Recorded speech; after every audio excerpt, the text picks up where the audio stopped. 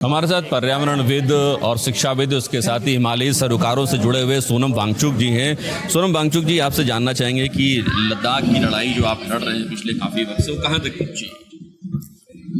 जी, वो संघर्ष अभी उस पे है कि सरकार से बातचीत चल रही है, मगर बहुत धीमे गति से चल रही है। तो अगला 27 मई को होने वाला है। लोग बहुत बेचैन हैं, थके हैं और परेशान भी हैं। तो उम्मीद है कि ठीक हो 27 मई को, और नहीं तो फिर और बड़े स्तर पर संघर्ष होगा वहाँ। आप हिमालयी सरोकारों से जुड़े हुए, उत्तराखंड जो है जब से बना उसके बाद से विकास बहुत हुआ यहाँ पर, लेकिन अब लगता है कि जैसे चारधाम सड़क परियोजना आई और बहुत बड़ी संख्या में अब टूरिस्ट आते हैं जो फ्लोटिंग पॉपुलेशन के तौर पर अब हो गए हैं, तो क्या ये हम विकास की कीमत भी चुका रहे हैं हिमालयी राज्य? जी, तो ये विकास को हमें दूरदर्शिता से देखकर मापन करके नीतियाँ बनानी होगी।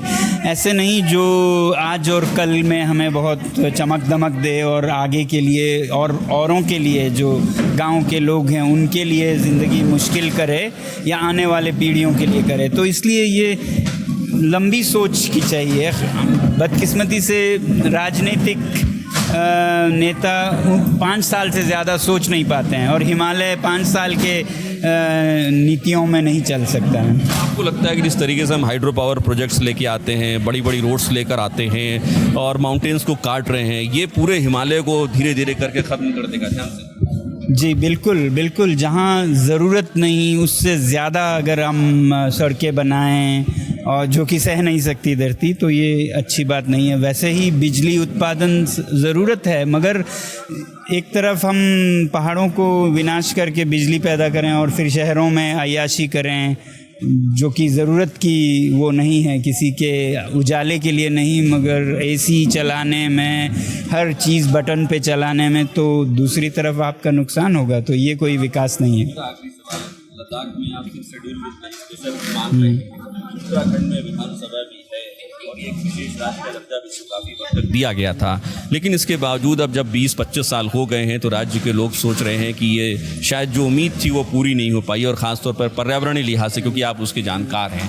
तो क्या आने वाले वक्त में लद्दाख के साथ ऐसी सिचुएशन नहीं होगी? ये कैसे आप डिसाइड? हाँ, इसलिए लोगों को शिक्षित करना बहुत ज़रूरी है।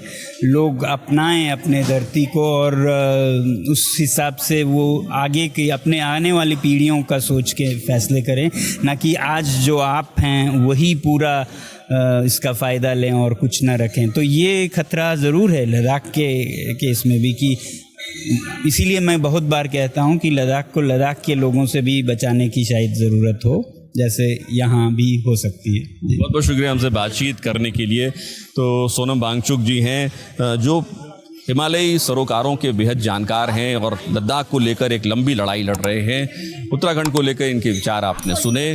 कैमरा पर्सन निशांत चौहान के साथ मैं आशीष तिवारी, देहरादून।